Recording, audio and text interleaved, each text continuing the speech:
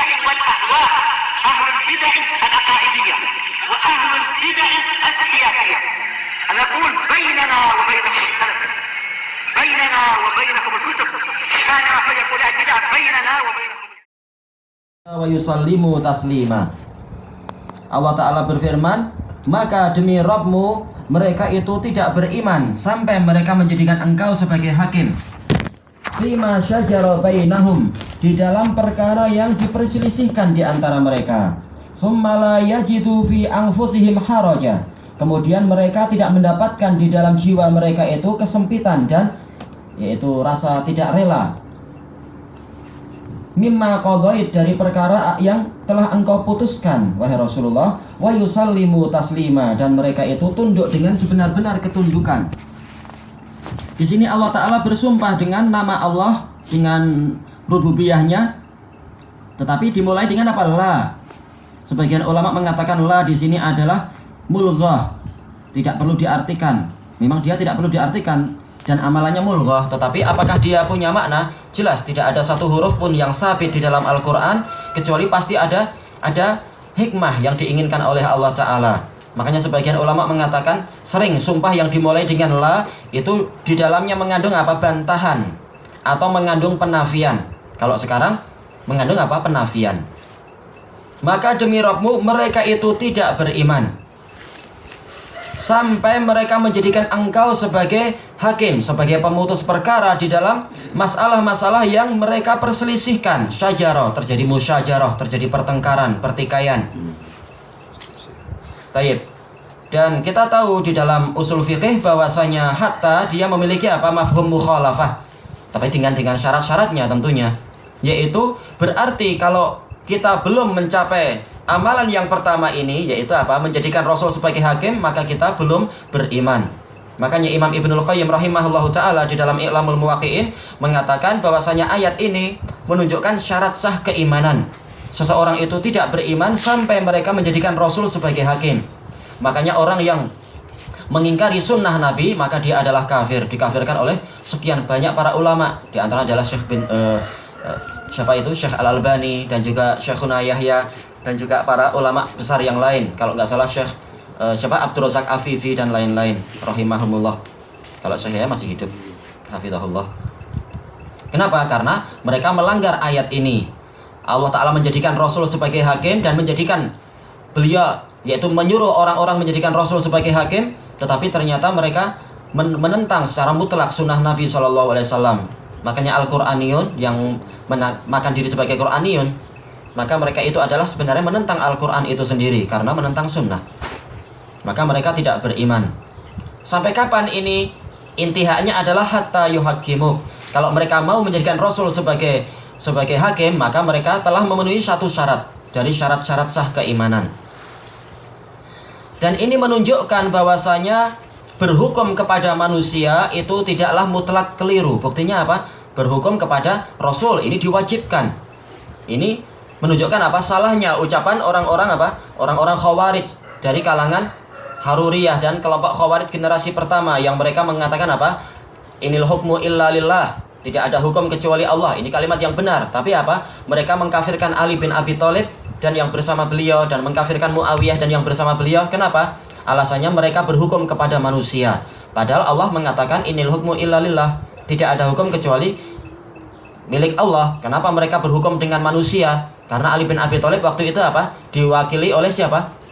Oleh Abu Musa al-Asy'ari. Sementara Muawiyah diwakili oleh Amr ibn al-As. Mereka berhukum dengan manusia, maka mereka kafir. Maka Ali bin Abi Thalib di hadapan manusia mengatakan apa? Mushaf didatangkan. Wahai mushaf, bicara, hukumi kami. Maka orang-orang Khawarij mengatakan, apakah anda gila, anda ngajak bicara mushaf? Katanya berhukum dengan hukum Allah. Sekarang suruh mushaf bicara. Mereka diam. Nah, kemudian dijelaskan oleh Ali, maksudnya berhukum dengan hukum Allah adalah apa? Jelas melalui perantaraan para ulama-ulama yang terpercaya. Karena mereka yang paling tahu tentang Al-Quran. Fas'alu ahla dzikri in kuntum la ta'lamun. Bertanyalah kepada ahlu dzikir kalau kalian tidak tahu. Fas'al bihi khabira. Tanyakan tentang dia kepada khabir, kepada orang yang mengetahui. Ini menunjukkan berhukum kepada Allah maksudnya adalah apa? Merujuk kepada orang-orang yang paham tentang hukum-hukum Allah itu, karena mereka itulah sebagai turjumanul Quran, penerjemah Al-Quran. Makanya Rasulullah SAW mengkafirkan Khawarij generasi yang pertama, diantaranya adalah karena mereka menentang sunnah secara mutlak. Dan ini ma'ruf tentang Khawarij generasi pertama, mereka memang menentang sunnah secara mutlak. Mereka menentang adanya haud, telaga. Terang-terangan mereka mengatakan haud itu tidak ada, sirat yang di atas jahanam tidak ada. Kemudian memotong tangan itu adalah sampai ke ketiak, karena tangan itu sampai ketiak kata mereka. Padahal Rasul telah mengatakan terang-terangan bahwasanya dipotongnya tangan adalah ilar rusuk, yaitu sampai ke pergelangan tangan. Memang mereka adalah mungkirus sunnah. Bahkan mereka mewajibkan wanita yang haid itu harus sholat, kalau tidak dibunuh karena dihukumi kafirah. Nah, ini ganas sekali, namanya Khawarij. Adapun Khawarij generasi sekarang, maka kalau mereka memang sampai tingkat mukafirah maka kafir. Kalau tidak ya mereka adalah orang-orang fasik dan anjing-anjing neraka. Sesuai dengan kadarnya.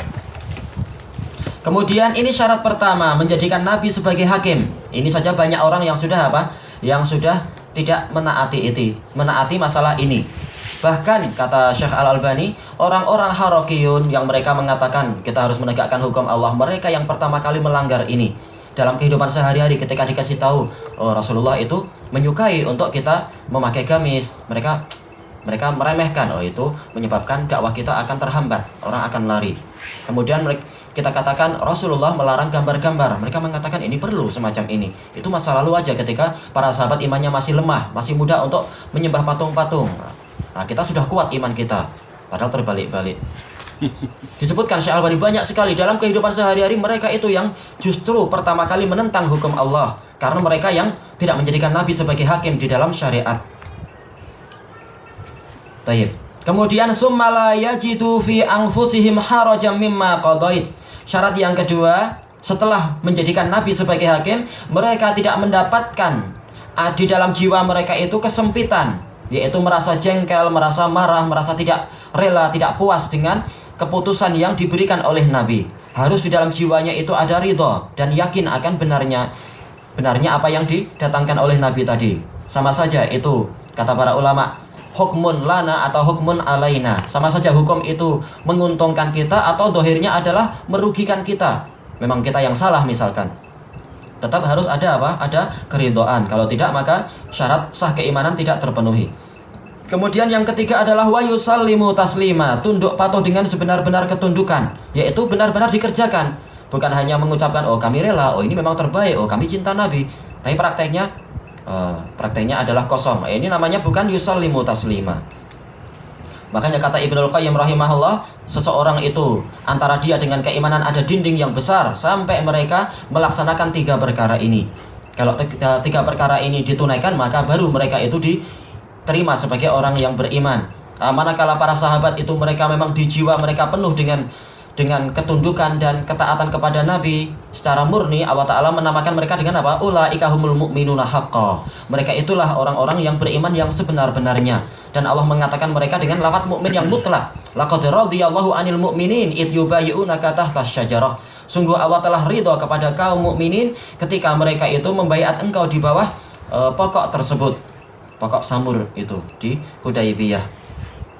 Kesimpulannya apa? Yaitu ayat ini mengharuskan untuk kita menjaga dan memelihara sunnah-sunnah Nabi.